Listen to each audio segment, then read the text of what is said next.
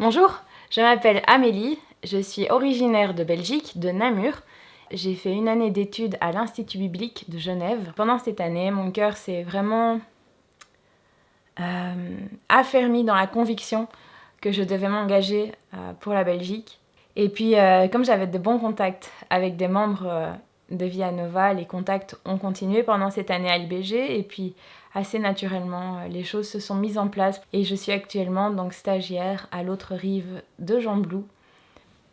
Alors, me voilà arrivée à Gembloux avec beaucoup de questions parce que j'arrive donc dans le contexte de la crise sanitaire. Alors là, je me dis, ok Seigneur, comment est-ce que tu veux que j'apprenne à connaître les gens? Comment est-ce que tu veux qu'eux apprennent à me connaître? Comment est-ce que je peux servir? Et comment est-ce que je peux être formée aussi dans un contexte où les contacts sociaux sont extrêmement limités? Dans sa grâce, pendant l'été, les mesures ont été plus assouplies, donc ça m'a permis d'intégrer l'équipe qui s'occupe des enfants et d'avoir cette semaine avec la courte échelle et les mirlitons, d'avoir une semaine vraiment bénie. Et ça m'a permis déjà d'avoir quelques petits contacts avec l'équipe, déjà de coordination et aussi avec des membres de la communauté. Mais voilà, après, la crise sanitaire a recommencé et on est reparti dans un deuxième confinement. Le 1er novembre, j'emménage à Gembloux et je me retrouve dans un petit appartement seule dans une région que je ne connais pas parce que c'est à 30 minutes, enfin c'est vrai que c'est pas très loin de chez moi en soi, hein, c'est à 30 minutes de chez moi, mais pour moi c'est toujours une route de passage quand je dois aller à Bruxelles par exemple ou à Louvain-la-Neuve, forcément je passais par Gembloux mais je ne m'y arrêtais jamais donc je connaissais pas du tout. Et je découvre la campagne. Je découvre vraiment une entité avec plein de petits villages et plein de recoins, de promenades possibles. Et là, c'est des personnes de la communauté qui vont me proposer de découvrir le coin et de marcher avec eux. Et bon, le Seigneur fait bien les choses, c'est que le gouvernement belge à ce moment-là a dit que les sorties par groupe de 4 en extérieur étaient autorisées. Et donc on s'est retrouvés à marcher ensemble par groupe de 4 dans Gembloux et puis dans les villages alentours. Et moi, c'était des temps où j'aimais trop parce que je découvrais les gens. On marchait entre 1h30 et 2h, donc c'était quand même des bonnes promenades souvent.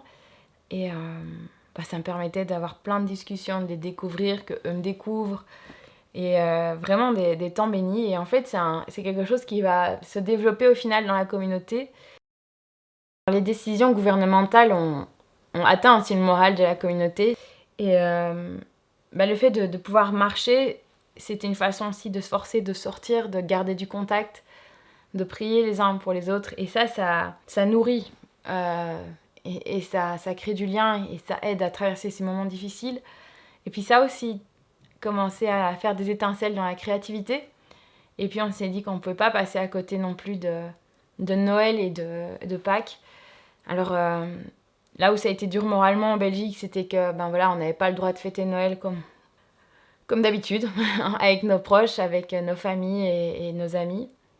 Et donc du coup on a réalisé qu'il fallait qu'on fasse quelque chose aussi à ce moment-là.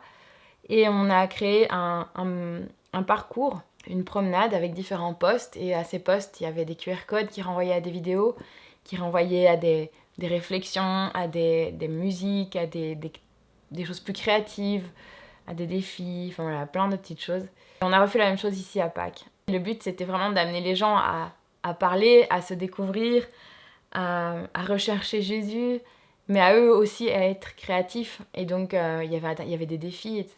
Donc, ça a amené vraiment une dynamique particulière. Et je dois dire que pour Pâques ici, c'était vraiment aussi hyper réjouissant de voir l'intérêt et l'engouement que les gens ont eu pour le faire. Et moi, ça m'a mis beaucoup, beaucoup de joie de me sentir utile aussi et de pouvoir servir le Seigneur de cette façon. Et là encore, ça m'a permis de passer du temps avec des personnes avec qui j'ai peut-être pas l'habitude et ça me permet de les connaître. Donc c'est tout bénef. C'est vraiment un beau cadeau que le Seigneur nous fait. Ce que je ressors de tout cela, c'est que Dieu n'a vraiment, vraiment aucune limite. Nous, on est extrêmement limités, Mais Dieu n'a aucune limite. Et quand on lui donne notre créativité, quand on lui donne les choses, en fait, lui, il s'amuse de ça et il crée des temps magnifiques. C'est aussi à nous de faire des pas de foi, à nous rendre disponibles, à aller là où il veut. Et voilà, c'est comme pour le fait de se dire, je sors et je vais me promener, je vais le faire, je vais aller à la rencontre des autres. Et c'est, voilà, une fois qu'on fait ce pas, le Seigneur, après, lui, il a la carte blanche et il bénit ses temps. Je voudrais vous laisser 2 versets qui me parlent particulièrement par rapport à cette histoire que j'ai ici à Jean-Blou. Alors le premier se trouve dans Matthieu chapitre 9 verset 35. Jésus parcourait toutes les villes et les villages. Et puis dans Marc chapitre 2 verset 23. Un jour de sabbat, Jésus traversait les champs de blé. Ces 2 versets m'interpellent parce qu'ils me renvoient à ce que je vis ici. Et je suis tellement reconnaissante d'avoir ces temps de promenade dans lesquels inconsciemment, moi je dis en tout cas pour moi, la plupart du temps inconsciemment, c'est après avec le recul que je réalise que Dieu utilise vraiment ces moments-là pour me former, pour transformer mon caractère, pour venir agir en moi et m'équiper pour la suite et me faire toujours plus ressembler à lui au final.